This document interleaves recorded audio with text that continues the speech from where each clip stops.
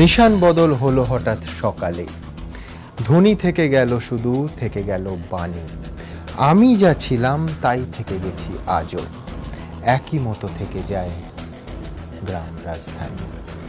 শঙ্খ ঘোষের কবিতার মতো আমাদের এই রাজ্য, আমাদের এই শহর সবই কি একই মতো থেকে যায়? দেখুন, একটা ভোট আসে, একটা ভোট চলে যায়, কোনো দল জেতে, কোনো দল হারে, আবার একটা ভোটের সময় আসে, কিন্তু ছবিগুলো হুবহু কেন এই রাজ্যে একই থেকে যায়? সেই মারামারি, সেই রক্তপাত, সেই হাতে উদ্ধত আগ্নেয়াস্ত্র হাতে দুষ্কৃতী ছুটে বেড়াচ্ছে, এই এত সন্ত্রাসের অভিযোগ প্রতিবার, এই এত সন্ত্রাসের ছবি প্রতিবার, কেন এই ছবিটা থেকে বেরোতে পারছি না আমরা? আমরা পৃথিবীর বৃহত্তম গণতন্ত্র ভারতবর্ষের অন্য রাজ্যের দিকে যদি তাকিয়ে দেখি, একটা ভোটের দিন গণতন্ত্রের উৎসব হিসেবে দেখা হয়, আর উৎসবের বদলে ভোট আমাদের এখানে আতঙ্ক। কেন এই ছবিটা? তাই নিয়ে আমাদের আজকের আলোচনা, আমাদের আজকের বিষয়। শহরের আকাশে সন্ত্রাসের ছায়া, স্বাধীনতার ৬৭ বছর পেরিয়েও ভয়হীন ভোট করতে কেন ব্যর্থ কমিশন? আমার সঙ্গে এই মুহূর্তে আলোচনার জন্য একদিকে রয়েছেন অভিনেতা পরিচালক কৌশিক সেন, আছেন জয়প্রকাশ মজুমদার বিজেপি নেতা, আছেন আনন্দদেব মুখোপাধ্যায় প্রাক্তন উপাচার্য বিদ্যাসাগর বিশ্ববিদ্যালয়। আমার অন্যদিকে রয়েছেন গোলান গঙ্গোপাধ্যায় লেখক, আছেন পার্থপ্রতিম বিশ্বাস অধ্যাপক, আছেন আইনজীবী জ্যোতিপ্রকাশ চট্টোপাধ্যায়। ওদের কাছে আসবো, কিন্তু এই যে গোটা দিন যে ছবিগুলো টেলিভিশন সেটে আমরা দেখলাম, কসবায়, পাটুলিতে, নারকেলডাঙ্গায়, আরও অসংখ্য জায়গায় একের পর এক সন্ত্রাসের অভিযোগ এবং সেই রক্তপাতের চেনা ছবিটা, বারবার সেই ছবিটা উঠে আসে আমাদের এই রাজ্যে, আমাদের এই শহরে ভোটের আগেও উঠে এলো। কলকাতা পুরো ভোটের প্রচারের শেষ দিনেও শহরের বুকে সন্ত্রাসের ছবি, দিকে দিকে আক্রান্ত বিরোধীরা। আগ্নেয়াস্ত্র, লোহার রড নিয়ে রাজপথে দাপিয়ে বেড়ানোর অভিযোগ তৃণমূলের বিরুদ্ধে। বুধবার রাতে কসবার ১০৭ নম্বর ওয়ার্ডে বিজেপি কর্মী সোমনাথ চট্টোপাধ্যায়ের বাড়ির নিচে পতাকা ফেস্টুন লাগাচ্ছিলেন দলের কর্মী সমর্থকেরা। অভিযোগ, তখনই সেখানে আসেন ৫ তৃণমূল কর্মী, পতাকা লাগাতে বারণ করেন বিজেপি সমর্থকদের। ক্যামেরাবন্দি হয় গোটা ঘটনা, ছবিতে ধরা পড়ে আঙুল উঁচিয়ে শাসানি। প্রাণে মারার হুমকি দেওয়া হয় বলেও অভিযোগ। রাতে রাজপথ দাপিয়ে বেড়ান দুষ্কৃতীরা।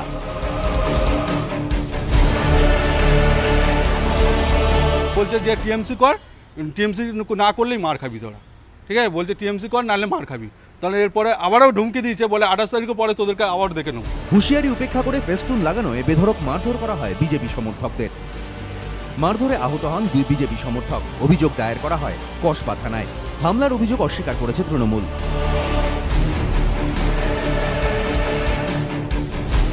বৃহস্পতিবার সকালে পাটুলিতে ১০১ নম্বর ওয়ার্ডে সুজন চক্রবর্তীর নেতৃত্বে মিছিল বের করে সিপিএম। অভিযোগ, সুজন চক্রবর্তী মিছিল ছেড়ে বেরিয়ে যাওয়ার পর পুলিশের সামনেই সিপিএম কর্মীদের ওপর আগ্নেয়াস্ত্র রড নিয়ে ঝাঁপিয়ে পড়ে তৃণমূল আশ্রিত দুষ্কৃতীরা।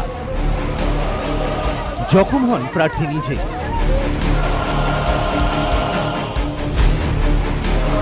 ইট, পাটকেল এবং অস্ত্র নিয়ে সরাসরি আক্রমণ। আমাদের ক্যান্ডিডেট অমিত শঙ্কর জানা আহত। একেবারে জঙ্গলের একটা রাজত্ব চলছে। আমাদের মিছিলে পুলিশের স্কট ছিল, তাদের সামনে আমাদের এইভাবে পেটায়। অভিযুক্তদের গ্রেফতারের দাবিতে এদিন ঘণ্টা দেড়েক পাটুলি থানার সামনে রাস্তা অবরোধ করেন সিপিএম নেতাকর্মীরা। ২৯ নম্বর ওয়ার্ডের কংগ্রেস প্রার্থী প্রকাশ উপাধ্যায় ভাষণ দেওয়ার সময় তৃণমূল সমর্থকেরা তাঁর মঞ্চে ভাঙচুর চালিয়ে তাঁকে মারধর করেন বলে অভিযোগ। প্রাণ বাঁচাতে নারকেলডাঙ্গা থানায় আশ্রয় নেন কংগ্রেস প্রার্থী। আজকের আমার এলাকা ৩৫ বছর কোনোদিন অশান্তি হয়। আমাকে মারধর করেছে, তারপর মারধর করে স্টেজ থেকে ফেলে দিয়েছে। যদিও তৃণমূলের পাল্টা দাবি, কংগ্রেস সমর্থকেরাই তাদের ওপর হামলা করেছে। সম্পূর্ণ সাজানো ঘটনা। প্রকাশ উপাধ্যায় থানা থেকে ওকে ঘেরাও করতে যাবে কেন? প্রকাশ উপাধ্যায় লোকরা একটা ছেলেকে এমন মেরেছে, সে এখন নার্সিংহোমে আমি ভর্তি করালাম। হরিদেবপুরে এবং দক্ষিণ দমদমে সিপিএম এবং বিজেপির পতাকা ফেস্টুন খুলে দেওয়ার অভিযোগ উঠেছে তৃণমূলের বিরুদ্ধে, যদিও অভিযোগ অস্বীকার করেছে তারা। এবিপি আনন্দ।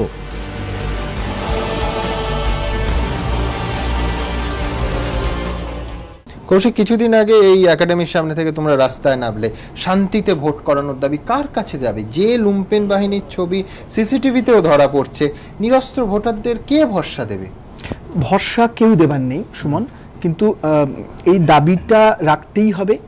এবং এই সময়টাই সব থেকে গুরুত্বপূর্ণ, যে সময়টায় মনে হয় যে কিচ্ছু বদলালো না, যে সময়টাতে দাঁড়িয়ে মনে হয় যে কিছু হবার নয়, এই সময়টা কিন্তু সব থেকে গুরুত্বপূর্ণ। মানে এই সময়টাই হচ্ছে সেই সময় যখন কিন্তু তুমি শান্তি মিছিল ডাকো কি তুমি নির্বাচন অবাধ হবার জন্য ডাকো, তুমি লোক জড়ো হবে না। বা শান্তি মিছিল, আজকে একাধিক ছবি দেখাবো যে যাদের বিরুদ্ধে মূল অভিযোগ তারাই শান্তি মিছিল করছে, তারাই প্রধান মুখ। এটাই এখন হবে। এটার একটা ঐতিহাসিক কারণ আছে। মানে আমি অনেকদিন আগে বলেছিলাম, সেটা হচ্ছে যে এই তৃণমূলের উত্থান, মমতা বন্দ্যোপাধ্যায়ের উত্থান, এটার পেছনে একটা ঐতিহাসিক ব্যাখ্যা আছে। মানে এটা লিবারেশনের একজন নেতা আছেন অরিন্দম সেন, তার একটা চমৎকার লেখা আছে যে লুই বোনাপার্টের 18th ব্রুমেয়ার যখন ফরাসি দেশে 1848 সালে রাজতন্ত্রকে হটিয়ে প্রজাতন্ত্র আসলো, তখন তার 10ই ডিসেম্বর প্রেসিডেন্ট ইলেকশনে প্রথম নেপোলিয়নের একজন অযোগ্য ভাইপো ছিল, তার নাম লুই নেপোলিয়ন বোনাপার্ট। তিনি সাধারণ মানুষের প্রতিনিধি হয়ে উঠেছে এবং সবাই চমকে গিয়েছে যে এই লোকটা কি করে ক্ষমতা পেল। এবং তারপরে দেখা যায় যে এই লোকটি 1851 সালের 2রা ডিসেম্বরের মধ্যে সম্মূর্তি ধারণ করে নিজেকে থার্ড নেপোলিয়ন ডিক্লেয়ার করছে, একটা কু ডিক্লেয়ার করে সমস্ত ক্ষমতা নিজের কুক্ষিগত করে নিচ্ছে এবং পার্লামেন্টারি ফর্ম অফ ডেমোক্রেসি থেকে ওটাকে একেবারে একনায়কতন্ত্রের দিকে নিয়ে যাচ্ছে। এবং এই মানুষটিকে কিন্তু যারা সমর্থন করেছিলেন তারা হচ্ছেন সমস্ত পিছিয়ে পড়া মানুষ, মধ্যবিত্তদের একটা বড় অংশ, মানে নিম্ন মধ্যবিত্ত, দরিদ্র কৃষক। যে কোনো কারণে হোক ওই লোকটি নিজেকে প্রতিপন্ন করতে পেরেছিল যে আমি তোমাদেরই লোক, এবং একটা বিপুল জনসমর্থন নিয়ে এসেছিল। মমতা বন্দ্যোপাধ্যায়ের উত্থানটাও তুমি যদি দেখো ঐতিহাসিকভাবে এক, যে ছোট কৃষক একটা অংশ, যারা গরিব মানুষ, দরিদ্র মানুষ। এটা কেন হলো? তার একটা কারণ হচ্ছে যে সিপিএম বা লেফট ফ্রন্টের প্রতি একটা চূড়ান্ত মোহভঙ্গ, এবং তখন কোনো অল্টারনেটিভ নেই, সামনে যাকে পাও তাকে তুলে আনো, এবং তৃণমূল সেই রাস্তাটা করে দেয়। তৃণমূল নেত্রীকে দেখে লোকের মনে হয় এই ভরসাটা এক্ষুনি না মানুষ কাটাতে পারছে না। মানুষ, আমি বলছি পশ্চিমবঙ্গের মতো সেন্সিবল ভোটার্স খুব কম আছে। আজকে যখন তৃণমূল নেতারা চিৎকার করে বলেন একটা কথা যে কোথায় আমরা তো জিতছি পরের পর, কিন্তু এটাই একটা ভুল সবাই করছে। সেটা হচ্ছে যে সিপিএম এর পতনটা কিন্তু আজকে শুধু নন্দীগ্রাম সিঙ্গুরের জন্য হয়নি, অনেকগুলো ক্ষোভ রাগ জমতে হয়েছে।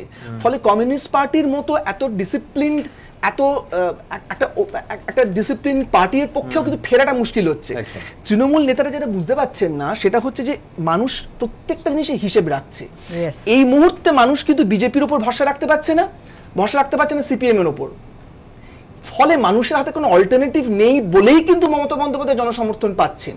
কিন্তু মানুষ প্রত্যেকটা কিছু অ্যাকাউন্ট রাখছে, তো এইটা যখন ঘুরবে, চাকাটা যখন ঘুরবে, তখন তৃণমূলের মতো পার্টির পক্ষে ফিরে আসাটা তো সম্ভবই নয়, তাদের চিহ্ন মাত্র খুঁজে পাওয়া যাবে না। নাহলে তুমি বলো না 5 বছরের মধ্যে একটা নতুন পার্টি বলতে পারে যে সত্যি সিপিএম প্রচুর গন্ডগোল করে গেছে, উন্নয়ন নেই, অমুক নেই, তমুক নেই, সবকিছুর মধ্যে উন্নয়ন করা সম্ভব। কিন্তু একটা জিনিস বলো তো, এত দুর্নীতি কেন 3.5 বছরের মাথায়? তার কারণ আমার বিশ্বাস তৃণমূলের মধ্যে অধিকাংশ নেতা বা কর্মীরা বিশ্বাস করে তার ক্ষমতায় থাকবে, ফলে তারা যতটা সম্ভব পারো লুটে নাও।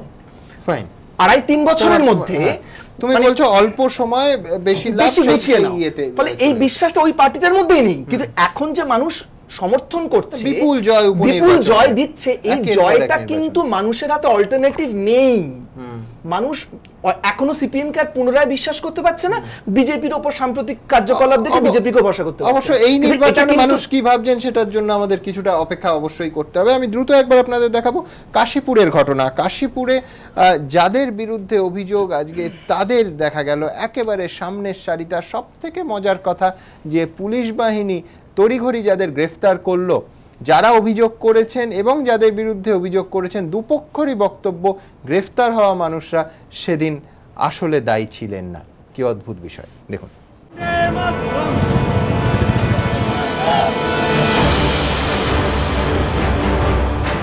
মাত্র 24 ঘন্টা আগের কথা, তৃণমূলের সঙ্গে বিক্ষুব্ধ তৃণমূল লড়াইয়ের জেরে কাশীপুরে আগ্নেয়াস্ত্র হাতে দাপিয়ে বেড়াতে দেখা যায় দুষ্কৃতীদের।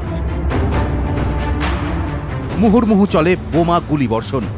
অভিযোগের আঙুল ওঠে তৃণমূল নেতা স্বপন চক্রবর্তীর অনুগামীদের বিরুদ্ধে।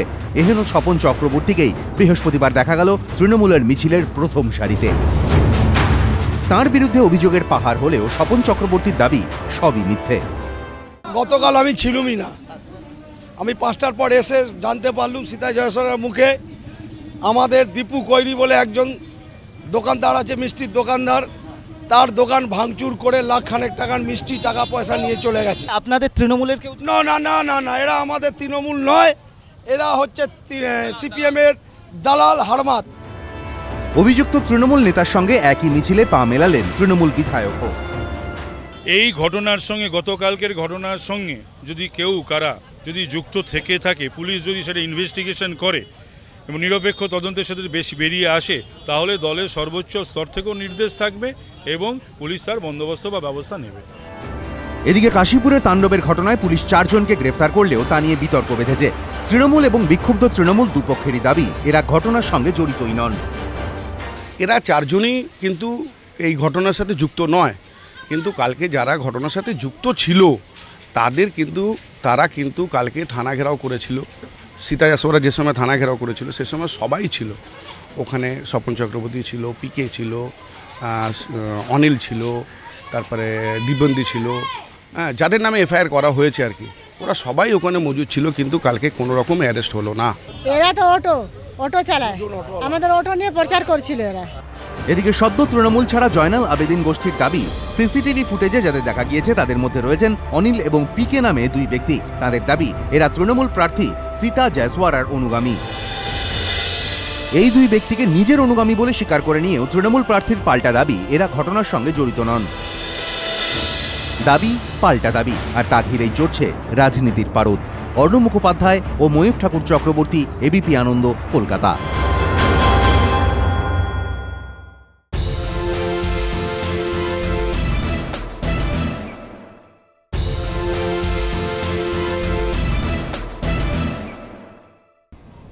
বললেন হিতোপদেশের গল্পের মতো, মানে ইহা হওয়া উচিত কিন্তু যাহা হওয়া উচিত তা কখনোই হইয়া ওঠে না। মানে কেন 2015-এ দাঁড়িয়ে এতগুলো মানুষকে আমাদের আলোচনা করতে হবে যে শান্তিপূর্ণ ভোট হচ্ছে না, কি করে হবে? মানে শান্তিপূর্ণ ভোট তো গণতন্ত্রের ন্যূনতম শর্ত।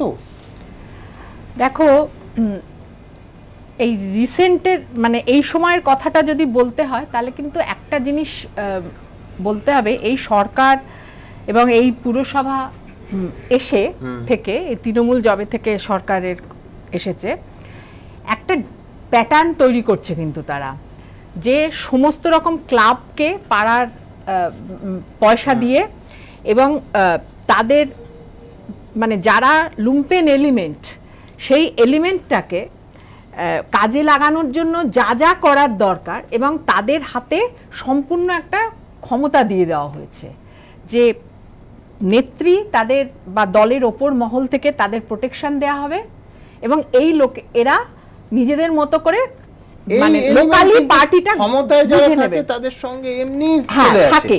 আর কিন্তু এখানে আরেকটা ফিচার দেখা যাচ্ছে, এই কবছরের মধ্যেই একটা বিরাট অংশ হয়েছে যারা তৃণমূলের মধ্যে থেকেই তৃণমূলের বিরুদ্ধে। আমি ইয়ের থেকে যখন মাখড়া থেকে ফিরে এসে একটা লিখেছিলাম যে আমার সঙ্গে এক ভদ্রলোক স্টেশনে, বোলপুর স্টেশনে এসে দাঁড়িয়ে বলেছিলেন যে আমরা এত বছর, লোবাতেও আমি এটা শুনেছি, এত বছর সিপিএম এর এই মানে ইয়ে অত্যাচার সহ্য করে রুখেছি, আজকে আমাদের অনুব্রত মণ্ডল বার করে দিয়েছে, আমরা কেউ নই, এখন দলটা হচ্ছে অনুব্রত মণ্ডলের। আমি এটা লেখার পর কত লোক যে আমায় ডেকে ডেকে বলেছে যে এটা যে কত বড় সত্যি কথা আপনি লিখেছেন তার ঠিক নেই। তা এই যে অনুব্রত মণ্ডলদের পার্টি হয়ে গেল, হ্যাঁ, পার্টিটা কিন্তু অনুব্রত মণ্ডলদের ছিল না। অনুব্রত মণ্ডলের এন্ট্রি তো মানে পার্সোনালি ভদ্রলোকের এন্ট্রি তো সিঙ্গুরের সময়, এবং তার আগে থেকে যারা তৃণমূল করেছিল যে কোনো কারণে অনুব্রত তাকে সিম্বল, আমি বলছি অনুব্রত সিম্বল না, এরকমই কিন্তু যারা এখন দাপিয়ে বেড়াচ্ছে তারা কিন্তু অরিজিনাল আন্দোলন যেটা করে যখন তৃণমূলকে সিপিএম মেরে ইয়ে করে দিচ্ছিল তারা ছিল না। হ্যাঁ, তখন যারা মার খেয়েছে আজকেও কিন্তু তারাই মার খাচ্ছে, মানে তারা পেছনের সারিতে, তাদের কিন্তু প্রোটেকশন দিতে মানে ফর্মাল তৃণমূল এগিয়ে আসে না, প্রশাসনিক তৃণমূল এগিয়ে আসে না। এখন নতুন নতুন লোকেরা মন্ত্রিত্ব পেয়েছে, কারণ কোথাও একটা ইনসিকিউরিটি কাজ করে নেতৃত্বের মধ্যে আমার মনে হয়। এবং আমার এই কথাটাও মনে হয় যে দেখো সিপিএমকে বা বামফ্রন্টকে কিন্তু প্রথম 10-12 বছর কোনো রকম জালিয়াতি করতে হয়নি, জনগণ তাদের কাজে দেখে এমনিই ভোট দিয়েছে। কিন্তু যখন জালিয়াতি করতে হলো তখনই বুঝতে হবে যে পার্টিটার ভেতরে কোনো গোলমাল আরম্ভ হয়েছে, তখন করতে হয়েছে। কংগ্রেসকে তখন জালিয়াতি করতে হয়েছে সেটা 1972-তে, যখন সিদ্ধার্থ শঙ্কর রায়ের আমলে কংগ্রেস বুঝতে পারছে যে আমার জমি হারিয়ে গেছে। হ্যাঁ, এই যে আজকে আমি যে দেখছি যে 4 বছরের মাথায় গুন্ডা বাহিনী নেমে ভোট করছে, এটাতে কিন্তু আমার কাছে একটা সিগন্যাল খুব স্পষ্ট যে কোথাও একটা তৃণমূলের মধ্যে এই ইনসিকিউরিটি কাজ করছে। যে যখন নেত্রী বলছেন যে আমার 100টা সিটই চাই, 100% জিততে হবে আমাকে, তখন বোঝা যাচ্ছে যে কোথাও একটা ইনসিকিউরিটি কাজ করছে। এবং এই সমস্তগুলো করা হচ্ছে কিন্তু সেই ইনসিকিউরিটির বোধ থেকে, নইলে গুন্ডা নামানোর দরকার প্রয়োজনই হয় না। প্রয়োজন হবে কেন? এত যার জনসমর্থন পেছনে, হ্যাঁ, এত মানুষ, তুমি যদি কাজ করে থাকো, হ্যাঁ, তার ফল আপনিই পাবেন, আপনি পাবে। বামফ্রন্ট পেয়েছে, বামফ্রন্ট প্রথম 15 বছর কাজ করে পরবর্তী 15-20 বছর পেয়েছে তার ফল।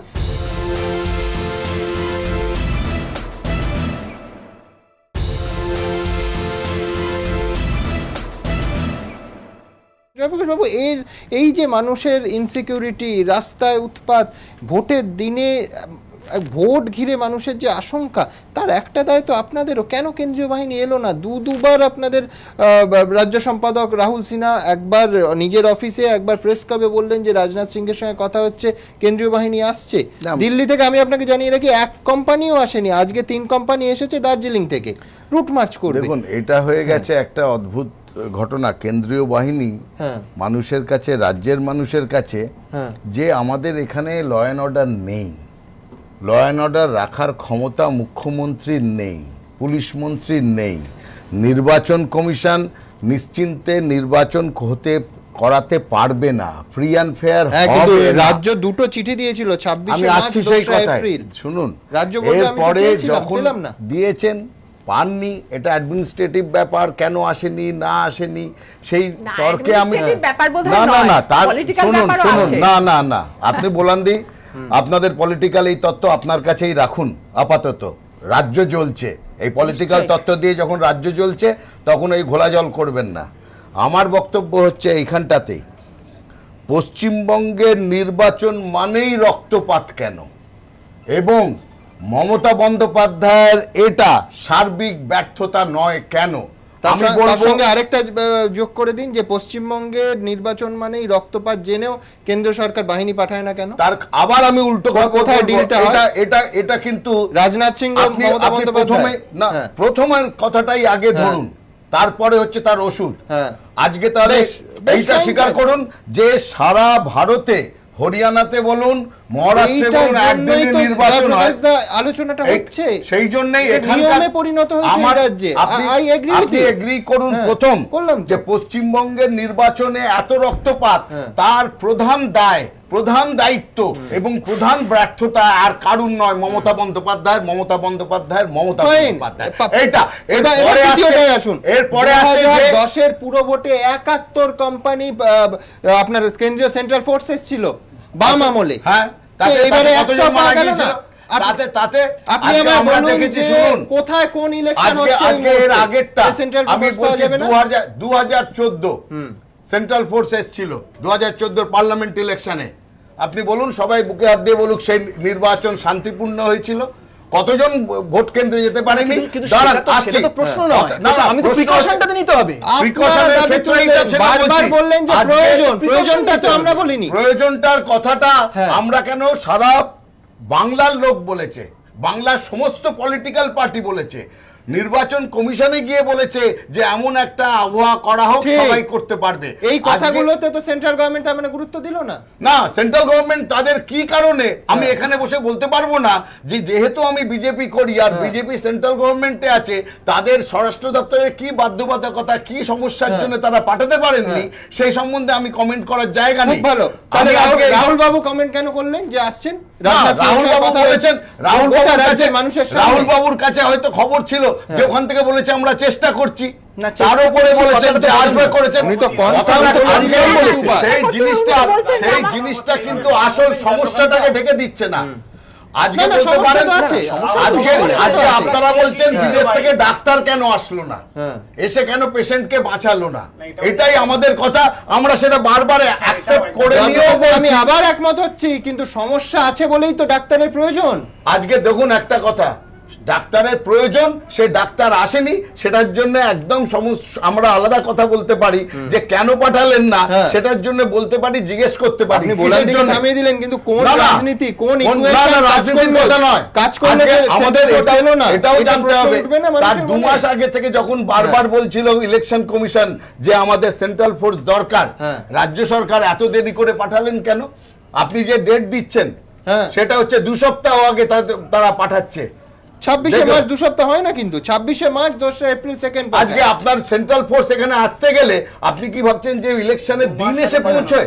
ইলেকশনের কম করে 7 দিন আগে এসে পৌঁছানো, তাদের ডিপ্লয়মেন্ট, তাদের লজিস্টিক প্রত্যেকটা আমরা জানি যে সেন্ট্রাল ফোর্স আসার পেছনে তার প্রিপারেশন থাকে। আমি এর ডিটেলসে যেতে পারছি না এই কারণেই, আমারও জ্ঞান নেই যে কি কারণে তারা এখানে আসতে পারে। কিন্তু একটা জিনিস আমি বুঝতে পারছি, একটা জিনিস যেখানে আলোচনার জায়গায় বুঝতে পারছি যে এই তৃণমূল কংগ্রেস বারবার 2011-র আগে 2009-এর আগে বারবার বলেছে বেআইনি অস্ত্র উদ্ধার করতে হবে।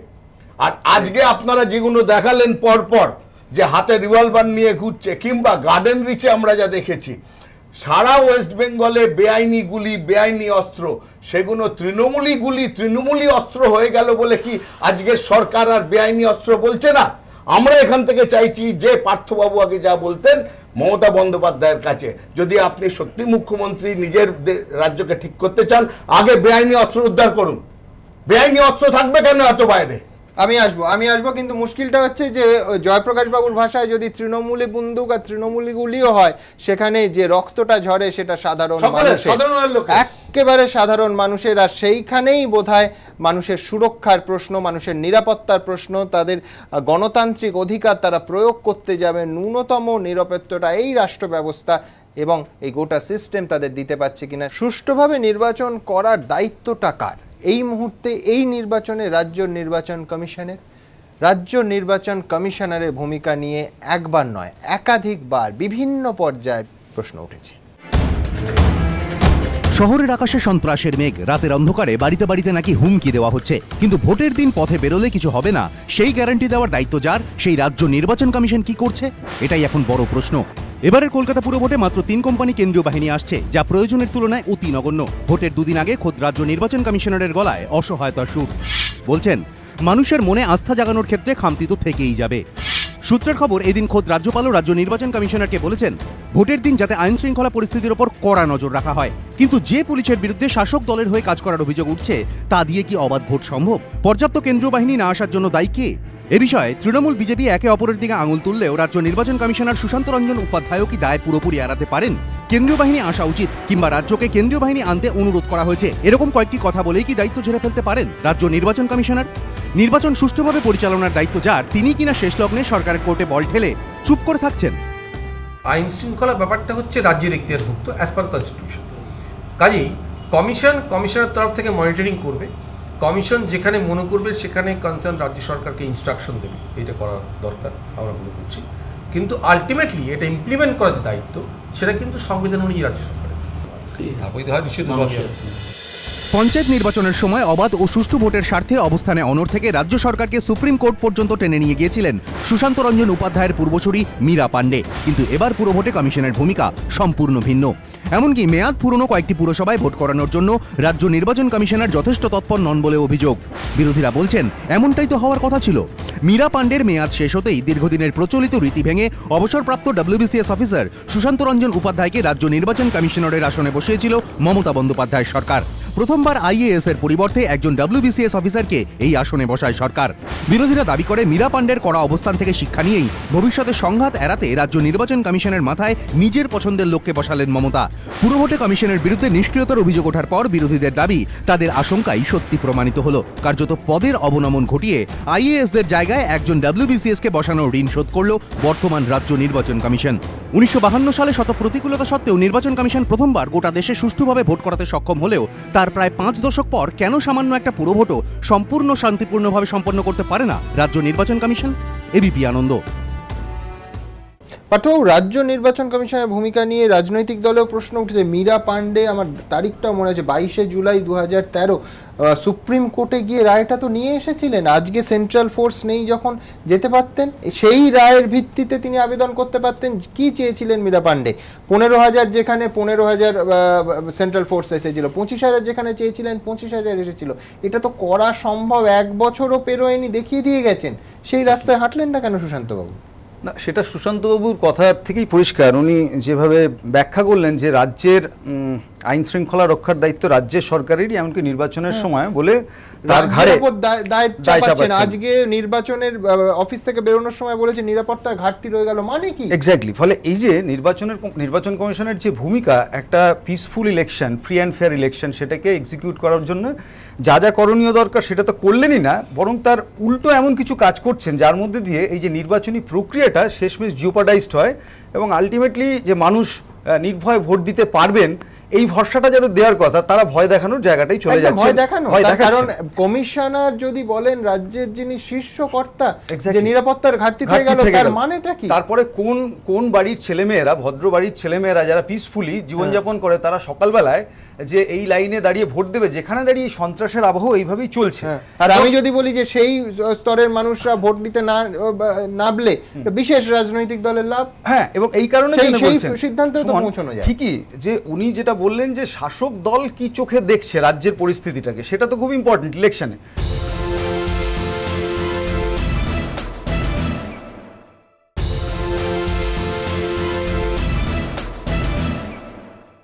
আমরা যেভাবে দেখি, আমি অন্তত মনে করি যে নির্বাচন ধরুন মানুষের পছন্দ এবং মানুষের অপছন্দ, যদি বলেন প্রতিবাদ বা পছন্দ, এটাকে এক্সপ্রেস করার একটা টুল সেই দিনটা। আপনি যদি দেখেন ধারাবাহিকভাবে আমাদের রাজ্যে সাধারণভাবে মানুষ তার পছন্দ বা অপছন্দ সে নিরপেক্ষভাবে সে এক্সারসাইজ করতে পারছে, এই রাইটটা এটা পারেনি। অম্বিকেশ কার্টুন ফরওয়ার্ড করতে গিয়েছিল, শিলাদিত্য প্রতিবাদ জানাতে গেছিল, ফলে দুটোই এফেক্টেড হয়। তাহলে ভোটের দিন কিছু মানুষ যাবেন প্রতিবাদ জানাতে ভোট দিতে, কিছু মানুষ যাবেন পছন্দ ব্যক্ত করতে। আমি বলছি আজকে তো নির্বাচন কমিশনের বলা উচিত ছিল যে নির্ভয় সবাই ভোট দিন, আমি দায়িত্ব নিচ্ছি, ভোট শান্তিপূর্ণ হবে। মানে আমি বলছি অল সেড এন্ড ডান। হ্যাঁ কৌশিক, আজকে মমতা বন্দ্যোপাধ্যায়ের যে বিবৃতিটা এসছে যে সবাই নির্ভয় ভোট দিতে যান, আমি বলছি যে বিবৃতিটা তো সেটাই হওয়া উচিত। এবার আমি বলছি সেটা কেন নির্বাচন কমিশনের বিবৃতি হবে? কারণ কি, এই যে এটাও তো একটা ব্যঙ্গাত্মক বিবৃতি হচ্ছে যে ধরুন যে দলে যে মনিরুল, আরাবুল এরা হচ্ছে যে বা অনুব্রত এরা হচ্ছে শান্তির প্রতীক, সেরকম একটা দলে যদি বলেন যে সন্ত্রাস এবং শান্তি দুটোই সমার্থক শব্দ, যদি কোথাও দেখবেন যে সন্ত্রাস চলছে, যদি আপনি দেখেন কোথাও আপনার মাধ্যমে, তাহলে শাসক দলের মনে হবে সেখানে শান্তি প্রক্রিয়া বিরাজ করছে। আপনি যদি দেখেন মানুষ সন্ত্রস্ত, চারিদিকে এরকম একটা রিপোর্টিং, শাসক দলের আন্ডারস্ট্যান্ডিং ওখানে শান্তি প্রক্রিয়া চলছে, মানুষ শান্ত হয়ে আছে। তাহলে এই যদি সন্ত্রাস এবং শান্তি সম্পর্কে শাসক দলের আন্ডারস্ট্যান্ডিং হয়, তাহলে আমাদের যিনি নির্বাচন কমিশনার হিসেবে বসেছেন তিনি রাজ্যের মানুষ, এবং তার যে নিরপেক্ষতা সেটা তো ইতিমধ্যে প্রশ্নের মধ্যে পড়েছে, এবং তিনি একটা স্বশাসিত সংস্থাকে ভার্চুয়ালি রাজ্য সরকারের একটা লেজুর প্রতিষ্ঠানে পরিণত করতে চাইছেন। এবং এটা আমাদের সবচেয়ে বড় দুর্ভাগ্য, রাজ্যের এই অটোনোমাস বডিগুলো যেভাবে পরিচালিত হওয়ার কথা স্বাধীনভাবে, স্বতন্ত্রভাবে এবং মানুষের পক্ষে দাঁড়িয়ে, এবং শেষমেশ দাঁড়িয়ে এই যে বিরোধীদের কথা বলতে দিলাম না, এর মধ্যে দিয়ে কিন্তু সাধারণ মানুষকে কথা বলতে দিলাম না, এটাই আপনি এস্টাবলিশ করছেন। আজকে সুজনবাবুর, বুদ্ধবাবুর মুখ বন্ধ করে লাভ নেই। সাধারণ মানুষের অ্যাক্টে বামপন্থীদের সময় তৈরি একটাই আমি আপনাকে বলছি লিখেছিলেন, সরকার বলবে এটা বলে আপনারাই রেখে দিয়েছেন, এটা বলে না আমি বললাম যে সরকারের চরিত্র সম্পর্কে সার্টিফাই দেবেন না, কারণ সরকার এবং সুযোগটা আপনারাই করে দিন। না আমি আবারও বলছি সরকার এবং স্বশাসিত সংস্থার সম্পর্ক দৌড়তে হতো না। আমি তাই বলছি সেই জন্য সরকারটা যদি বামফ্রন্ট সরকার থাকতেন সেই সময়, তাহলে মীরা পান্ডের মতো কমিশনার কে হচ্ছে যে দৌড়ঝাঁপ বেশি করতে হতো না। আমি আপনাকে এইটুকু বলতে পারি হয়েছে সেটা অন্য একাধিক প্রয়াস হচ্ছে। আমি আনন্দদেব বাবুর কাছে যাব। আমি একটা কথা শুধু বলতে হবে, বীজ বৃক্ষটা রোপিত হয়ে গেছে, এখন ফল পেতে হবে আমাদের, এই কথা বলে। আমি একটা অন্য বিষয়ে যাব, সেটা হচ্ছে যে ধরুন 18 তারিখে ভোট, 18 তারিখে এই অনুষ্ঠান শুরুর আগে আমি চেক করলাম এখনো সিবিএসসির ক্লাস 12-এর একটা পরীক্ষা আছে। আমি বলছি যে যেহেতু রাজ্য সরকার 18 চাইলো, কমিশনার বলে দিলেন যে 18 ভোট হবে, মানে আমি বলছি ছাত্রছাত্রীদের সরাসরি বোর্ডের পরীক্ষার সঙ্গে ক্লাস করছে, কেউ ভাববেন না। 1 2 হচ্ছে আপনি মাস্টারমশাই। আমি দ্বিতীয় আরেকটা অত্যন্ত দুর্ভাগ্যজনক এবং এই রাজনৈতিক হানাহানি সন্ত্রাসের থেকে যার দুর্ভাগ্য আমার কম মনে হচ্ছে না, সেটা হচ্ছে যে বোর্ডের পরীক্ষার 3 দিন আগে আমরা জানি মাইক বন্ধ হবে। কি করলেন কমিশনার? অনুমতি দিয়ে দিলেন রাজনৈতিক দলগুলোকে এবং শেষ পর্যন্ত ন্যাশনাল গ্রিন ট্রাইব্যুনালকে থামাতে হলো। সুমন, হ্যাঁ, আমার ব্যক্তিগত মতামত হচ্ছে যে এই যে কমিশনার, এ হচ্ছে স্টুজ অফ দি গভর্নমেন্ট এবং শাসক দলের স্টুজ, এটা আমার ব্যক্তিগত মতামত। দ্বিতীয়ত হচ্ছে আমি একে খুব ইনফিরিয়ার কোয়ালিটি মনে করি। পার্লামেন্টারি ইলেকশনের সময় সেন্ট্রাল ইলেকশন কমিশনের অবজারভার এসেছিলেন, সেন্ট্রাল ফোর্স এলো, ওনাকে যা যা বলা বললো হ্যাঁ করবো, তারপরে যাওয়ার সময় কি বলে গেলেন যে এখানের অবস্থা ইউপি আর বিহারের থেকেও খারাপ। তো এই যে সরকারি যারা রিপ্রেজেন্টেটিভ, তাদের চরিত্র কখনো পাল্টায় না। আর একে যেভাবে রাজ্য ইলেকশন কমিশনার হতে হয়েছে সেটা আরও প্রকট করে দেয় যিনি এইভাবেই কাজ করবেন।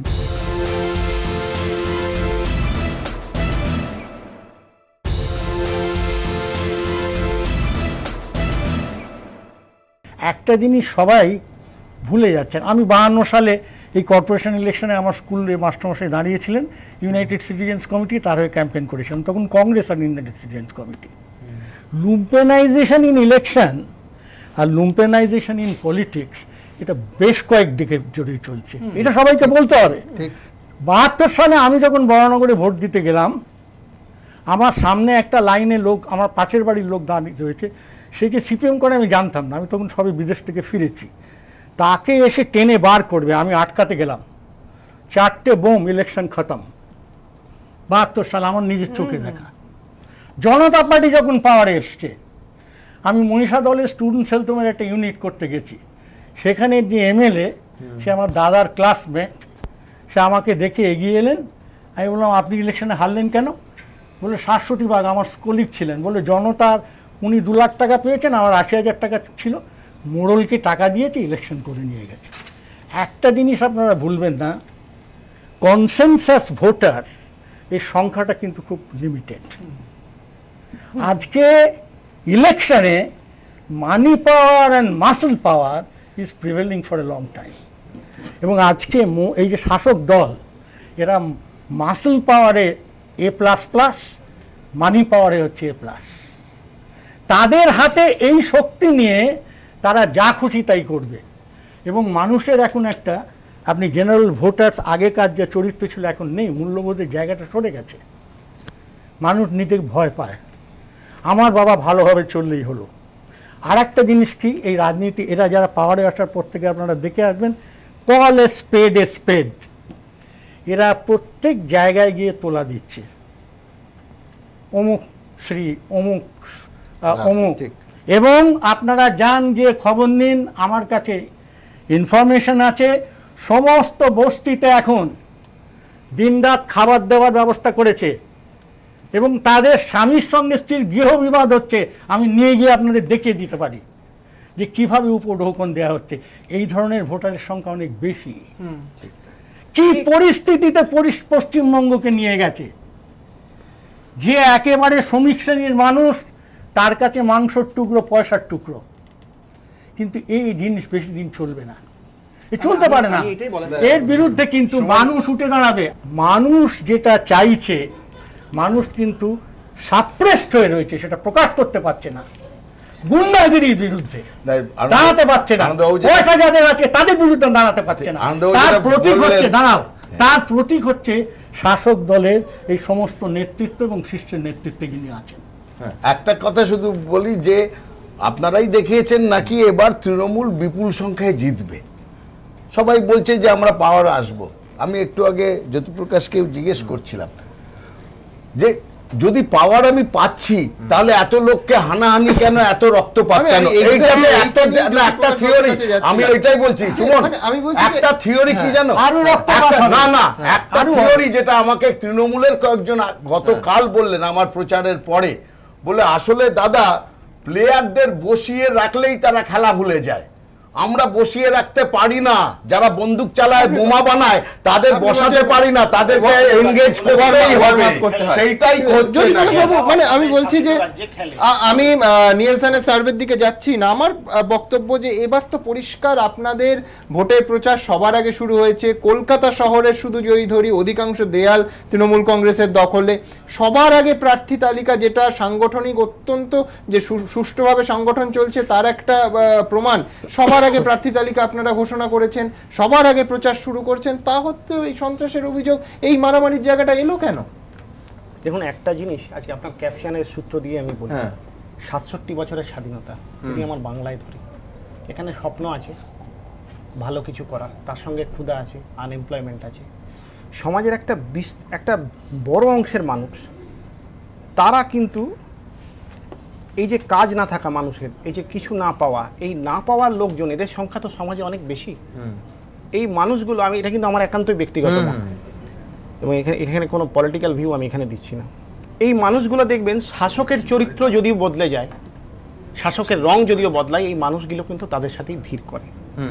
আমি একটু অন্যভাবে বলি, সেটা হচ্ছে রাজনৈতিক দল আপনি যে শ্রেণীর কথা বলছেন না তাদের ব্যবহার করে না, তাদের ওই অশিক্ষা দারিদ্র এবং তারা কিছু মানুষ সুযোগটা নেয়, শাসক যখন থাকে সুযোগটা নেয়। এখন আমি আপনাকে বলবো যে অশান্তির কথা বলছেন, আসল কথা পশ্চিমবাংলার সমস্যা কি জানেন, পশ্চিমবাংলার থেকে একটা শহরের রাজ্য, সবাই কলকাতায় কনসেন্ট্রেট হয়। আমি যদি 3 দশকের বাম শাসন দেখি, সন্ত্রাসের কথা বলছেন আপনি, পঞ্চায়েতের সদস্য দাঁড়িয়েছে, হেরে যাওয়ার পর তাকে গরুতে তুলে তাকে আলকাতরা মাখিয়ে সারা গ্রাম ঘুরিয়েছে। আজকে বলুন তো এই কলকাতার পৌরসভার নির্বাচন হয়েছে, এটা তো এই তৃণমূল সরকারের শাসনে প্রথম নির্বাচন কিন্তু এখনো শুরু হয়ে যায়নি। কেউ বলছেন সকালবেলা 11টার মধ্যে শেষ হয়ে যাবে, কেউ বলছেন বোম পড়ে এলাকা ফাঁকা করে দেবে। আমি বলছি যে এই কলকাতা পুরসভা, এই কলকাতা, আমি যে কনটেক্সটে কথা বলবো সেই কনটেক্সটে কথা বলবো, আপনি যখন বলেছেন আমি আপনাকে ডিস্টার্ব করিনি। এই কলকাতা পুরসভা নির্বাচন দেখেছে 90-এর দশক, আজ থেকে প্রায় 2 ডিকেড আগেই হবে, 90 দশকে কলকাতা শহরের বহুতল বাড়ির ফ্ল্যাটগুলোতে চাবি দিয়ে ভোট হয়েছে। দেখেছেন তো এই কলকাতা শহর, এই কলকাতা শহর দেখেছে, আমি হরিয়ানার মেহমের মতো বালিগঞ্জে রবীন্দ্রদেবের কারসাজি এই কলকাতা শহর দেখেছি। আপনি যে কোনো লাইব্রেরিতে গিয়ে দেখবেন খোলা তরোয়াল হাতে, খোলা আগ্নেয়াস্ত্র হাতে, যে কোনো হুলিগানিজম নিন্দনীয়, একজন নাগরিক হিসেবে যে কোনো হুলিগানিজম নিন্দনীয়, যে কোনো হুলিগানিজম, যে কোনো পলিটিক্যাল পার্টির যে কোনো হুলিগানিজম নিন্দনীয়। এক্ষেত্রে আর বিশেষ কিছু আমার মনে হয় না বলার নেই। এটা মানে আমি আপনাকে শুধু একবার স্মরণ করে দিই, আজকে আমি দেখছিলাম রূপা গঙ্গোপাধ্যায়ের যে অভিযোগ, তার বিরুদ্ধে খুনের চেষ্টার মামলার অবধি রুজু হয়ে গেল এবং পুলিশ সেটা চালুও করলো। আমি আপনাকে বলি যে বেশি দূর নয়, 15 বছর আগে এই পুরো ভোট, আমার মনে আছে দুপুরে মমতা বন্দ্যোপাধ্যায় বাড়ি থেকে বেরোলেন, তখন প্রশান্ত চট্টোপাধ্যায় তার ওই ভোটটা শেষ হচ্ছে, এইটা বাইপাসে গাড়ি থামিয়ে ছুটে যেতে হলো, লরি করে করে সিপিএম সমর্থকেরা যাচ্ছে এবং মানে একটা জায়গা থেকে আরেকটা জায়গায় মুভ করছে। মমতা বন্দ্যোপাধ্যায় বাইপাসে তার কনভয়, আমার রূপাঙ্গুলির ছবিটা দেখে আমার ঠিক পুরনো ছবি মনে পড়ছিল, আপনি মিলিয়ে নেবেন পুরনো সংবাদপত্র থাকলে, 2010-এর সম্ভবত 25 বা 26শে জুন পুরো ভোটের ডেট ছিল। এই বিরোধীদের এই ভূমিকা তো মমতা বন্দ্যোপাধ্যায় নিজে দেখেছেন, নিজেকে মানে সেই যন্ত্রণার মধ্যে গেছেন, নিজেকে ফিল করতে হয়েছে। আমি বলছি যে এইটা কি করে মমতা বন্দ্যোপাধ্যায় যখন প্রথম ক্ষমতায় এলেন, আসার পর থেকে ধরুন মমতা বন্দ্যোপাধ্যায়ের সঙ্গে একটা মমতা বন্দ্যোপাধ্যায় গণ আন্দোলনের মধ্যে দিয়ে এলেন, তো একটা হচ্ছে তার এবং তার তৈরি করা তৃণমূল কংগ্রেসের একটা লড়াই ছিল, এবং নন্দীগ্রাম সিঙ্গুরের সময় আরো অনেকগুলো ফোর্স এসে যোগদান করলো। খেয়াল করে দেখো সুমন, ধরো এপিডিআর একটা সংস্থা যারা কিন্তু ওই সময় লাগাতার ভাবে লেফট ফ্রন্টের বিরোধিতা করেছে, হাজরা মোড়ে এপিডিআর এর একটা মিছিল কিভাবে তৃণমূলের গুন্ডারা এসে অ্যাটাক করেছিল, নোনাডাঙ্গার বস্তি কিভাবে উচ্ছেদ করা হয়েছিল। অর্থাৎ ডে 1 থেকেই কিন্তু চিহ্নটা ছিল যে আমি যে ঐতিহাসিক বড় জায়গা থেকে বলছি, লুই বোনাপার্টের কথা বলছিলাম, গণতন্ত্রটাকে কুক্ষিগত করে আমি মানবো না, এই লক্ষণটা কিন্তু মমতা বন্দ্যোপাধ্যায় বরাবরই রেখেছিলেন। আমরা একটু খুব হতাশার জায়গা নিয়ে কথা বলছি, আমি একটা কথা বলে এ করছি, এই রূপা গাঙ্গুলির এটাতে আজকে দেখবে, তুমি যেরকম দেখলে যে আজকে মমতা বন্দ্যোপাধ্যায়ের সঙ্গে টালিগঞ্জের প্রচুর শিল্পীরা হাঁটলো, আজকে আমার একটা ঘটনা খুব পজিটিভ মনে হয়েছে, যে আজকে টেলিগ্রাফ কাগজে মেট্রোতে কৌশিক আমি দেখাবো তোমায়, আমি দেখাবো, তার আগে রূপা গঙ্গোপাধ্যায়ের যে ঘটনা নিঃসন্দেহে কলকাতায় আলোড়ন ফেলে দিয়েছে আপনাদের দেখাবো, তারপর কৌশিকের কথা সূত্র ধরে টালিগঞ্জের প্রতিক্রিয়া দ্য টেলিগ্রাফ কাগজে যা বেরিয়েছে তাও দেখাবো। দেখুন,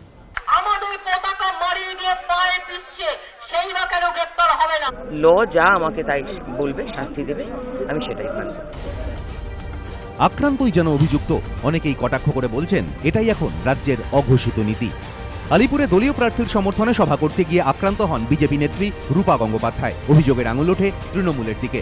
শাসক দলের স্থানীয় নেতা প্রতাপ সাহা সহ অন্য নেতা কর্মীদের বিরুদ্ধে একাধিক ধারায় মামলাও দায়ের হয়। এই পরিস্থিতিতে অভিযুক্ত তৃণমূল নেতার গ্রেফতারের দাবিতে যখন সরব বিরোধীরা, তখন রূপা গঙ্গোপাধ্যায়ের নাম না করে এদিন পাল্টা আক্রমণের পথে হাঁটলেন তৃণমূল নেত্রী। আমাদের পতাকা মারিয়ে দিয়ে পায়ে পিছছে, সেই না কেন গ্রেফতার হবে না? আপনারা বলুন, অন্য পার্টিরও যেমন সম্মান আছে, সম্মানটা সব পার্টিরই আছে। খোদ রাজ্যের প্রশাসনিক প্রধানের আক্রমণের মুখেও রূপা অবশ্য বিচলিত নন। আমি ল অ্যান্ড অর্ডার বুঝি, রাজ্যের নিয়ম, ল যা আমাকে তাই বলবে, শাস্তি দেবে, আমি সেটাই মানব। তৃণমূল নেত্রী এখন বললেও তাঁর দল কিন্তু কাজ এগিয়েই রেখেছে। আলিপুরের ঘটনায় ইতিমধ্যেই রূপা গঙ্গোপাধ্যায়ের বিরুদ্ধে খুনের চেষ্টার অভিযোগ দায়ের করেছে তৃণমূল, যার প্রেক্ষিতে মঙ্গলবার রাতেই রূপার বিরুদ্ধে জামিন অযোগ্য ধারায় মামলা দায়ের করেছে আলিপুর থানা। যা দেখে অনেকেই প্রশ্ন তুলছেন, যিনি আক্রান্ত হলেন তিনি কি করে অভিযুক্ত হন? এদিকে এই ঘটনার পর বিজেপির তরফে যে তৃণমূল নেতার বিরুদ্ধে অভিযোগ দায়ের করা হয়েছিল, সেই প্রতাপ সাহা অবশ্য এখনো অধরা। তবে এই প্রথম নয়, এর আগেও এই প্রতাপের বিরুদ্ধেই আলিপুর থানায় ঢুকে ভাঙচুরের অভিযোগ উঠেছিল, যদিও সে যাত্রায় তাঁর বিরুদ্ধে কোনো মামলা হয়নি। এবার মামলা হলেও গ্রেফতার হননি। এদিকে রাজ্য নির্বাচন কমিশন সূত্রে খবর, রূপা গঙ্গোপাধ্যায় আক্রান্ত হওয়ার ঘটনায় তাদের কাছে বিষয়টি সম্পর্কে জানতে চান রাজ্যপাল। তার প্রেক্ষিতে কমিশনের তরফে রাজ্যপালকে জানানো হয়েছে তারা কি পদক্ষেপ নিয়েছে। এবিপি আনন্দ। আমরা দ্রুত একবার দেখে নেব যে আজকে টেলিগ্রাফ পত্রিকায় টালিগঞ্জের রূপা গঙ্গোপাধ্যায়ের যারা সহকর্মী কি ভাষায় সমালোচনা করেছে। বিজেপির হয়ে পুরো ভোটের প্রচারে গিয়ে আক্রান্ত হন রূপা গঙ্গোপাধ্যায়। অশ্রাব্য গালিগালাজের পর তাকে মঞ্চ থেকে ফেলে দেওয়ার চেষ্টার অভিযোগ ওঠে তৃণমূলের বিরুদ্ধে। যে খবর সংগ্রহে গিয়ে হামলার মুখে পড়তে হয় এবিপি আনন্দকেও। সহ অভিনেতার সঙ্গে এমন আচরণের নিন্দায় এবার সরব হলেন টলিপাড়ার অনেকেই, যাদের মধ্যে প্রথম সারিতে রয়েছেন তৃণমূলেরই সাংসদ অভিনেতা দেব। দ্য টেলিগ্রাফ পত্রিকায় প্রকাশিত প্রতিবেদন অনুযায়ী বিজেপি নেত্রী রূপা গঙ্গোপাধ্যায়ের ওপর হামলার ঘটনার প্রসঙ্গে প্রশ্ন করা হলে দেব বলেন, রূপাদির সঙ্গে যা হয়েছে তা যেন অন্য কারো সঙ্গে না হয়। আজ এটা রূপাদির সঙ্গে হয়েছে তাই আমরা সবাই জানতে পেরেছি, কিন্তু কাল এটা অন্য কারোর সঙ্গেও তো হতে পারে, তখন তো আমরা জানতেও পারবো না। সমস্ত দলীয় কর্মীরই উচিত শান্তি এবং শালীনতা বজায় রাখা। একটা বিষয় সবসময় মাথায় রাখতে হবে, আমরা যাই করি না কেন তা যেন রাষ্ট্রের স্বার্থে হয়। একইভাবে রূপা গঙ্গোপাধ্যায়ের ওপর হামলার নিন্দায় সরব হয়েছেন আরেক অভিনেতা দীপঙ্কর দেও। 2014 সালে যাকে বঙ্গবিভূষণ দিয়েছে মমতা বন্দ্যোপাধ্যায় সরকার। দ্য টেলিগ্রাফ পত্রিকায় প্রকাশিত প্রতিবেদন অনুযায়ী তিনি বলেন, এমন খারাপ ঘটনার আমি নিন্দা করছি, এর প্রতিবাদ হওয়া দরকার। আমি শিল্পীদের ফোরামকে তা বলেওছি। একজন শিল্পীর ওপর হামলা মানে আমাদের সবার ওপর হামলা। আমরা এটা বলছি তার মানে এই নয় যে আমি রাতারাতি বিজেপি বা সিপিএম হয়ে গিয়েছি, ভোট আমি তৃণমূলকেই দেব, কিন্তু তার মানে এই নয় যে আমি তাদের সব কাজকর্মকে সমর্থন করি। দিনে দিনে পরিস্থিতি আরো খারাপ হচ্ছে, রাজ্যে লুম্পেনদের শাসন চলছে, কাউকে না কাউকে এগিয়ে এসে প্রতিবাদ করতেই হবে। এই ধরনের ঘটনা আটকাতে পদক্ষেপ নেওয়া উচিত মুখ্যমন্ত্রীর। রূপা গঙ্গোপাধ্যায়ের ওপর আক্রমণের ঘটনার নিন্দা করার পাশাপাশি পুরো ভোটের প্রচারে কিন্তু এদিন ফের দলনেত্রীর পাশেই দেখা গিয়েছে দেবকে। এবিপি আনন্দ। এইটাই বলার চেষ্টা করছিলাম যে এইটা কিন্তু সকালবেলা বেশ মন ভালো করে দেওয়া একটা খবর না। আমি বলছিলাম যে মমতা বন্দ্যোপাধ্যায় সিপিএম এর সন্ত্রাস এবং ভোটের দিনে তাদের কীর্তিকলাপ রুখে দিতেন, আজকে তার মনে পড়ছেন না যে তিনি তো এই গোটা সিস্টেমটা শিকার হয়েছিলেন। মমতা বন্দ্যোপাধ্যায়ের রাজনীতিটা কিন্তু প্রথম থেকেই লক্ষ্য করে দেখো, একটু ভেবে দেখো, একটা প্রতিহিংসার রাজনীতি। অসম্ভব একটা প্রতিহিংসা কাজ করে এই তৃণমূলের রাজনীতির মধ্যে। এটা কিন্তু ওদের পলিটিক্যালি ওরা ওটাকেই মেনে নিয়েছে আর কি, যে একটা প্রতিহিংসা কাজ করে। কাজে আরেকটা জিনিস সুমন অ্যাড করা উচিত যে শুধু প্রতিহিংসা নয়, যে বিরোধী মতের প্রতি সহনশীলতার যে অভাব, সেটাই আসলে ডেমোক্রেসিটাকে জিওপার্ডাইজ করে। আজকে পুরো বাংলাতে এটা প্রতিষ্ঠিত যে ক্ষমতায় থাকার জন্য মমতা দেবী যা মনে হয় তাই করতে পারেন, ওনার কোনো বাধা নেই। এবং আজকে যেভাবে একটা রূপা দেবীর ওপর আক্রমণের সঙ্গে সঙ্গে তার বিরুদ্ধে একটা কেস দেওয়া হলো খুনের মামলার, এটা প্রমাণ করে দেয় যে মমতা বন্দ্যোপাধ্যায় ক্ষমতায় থাকতে গিয়ে তিনি কোনো কাজ করতে পেছপা হবেন না। আমার মনে হয় যে আজকের সমাজ ব্যবস্থায় যেখানে রাজনীতি আমার ভালো লাগুক না ভালো লাগুক, রাজনীতি তো কিছু মানুষের করে খাওয়ার জায়গা, তো সেখানে নির্বাচন কোনো সান্ধ্যকালীন চাপানের আসন নয়। তাই স্বাভাবিকভাবে যে ঠোকাঠুকি অবশ্যই করে খাওয়ার জায়গা। আপনি মানুষ না মানুষ, কিছু মানুষের করে খাওয়ার জায়গা। নিঃসন্দেহে এই বড় বিতর্কে আমরা আসবো, কিন্তু একটা জিনিস, এত অভিযোগ, এত পাল্টা অভিযোগ, তার মধ্যে একটা জিনিস কিন্তু পরিষ্কার যে একবারও আর কয়েক ঘন্টার মধ্যে যে নির্বাচন এই কলকাতা শহর দেখবে, সেখানে যদি সাধারণ মানুষ ন্যূনতম গণতান্ত্রিক অধিকারটা তার প্রয়োগ করতে পারেন, প্রশাসন এবং অবশ্যই সরকার, কমিশন সবাই মিলে শুধু সেইটুকু যদি বন্দোবস্ত করতে পারেন, মনে হয় গণতন্ত্রের ভিত্তিটা আরও সুদৃঢ় হতে পারে আমাদের এই রাজ্যে, আমাদের এই শহরের ভোটেও। আজ এ পর্যন্তই, ভালো থাকবেন সবাই।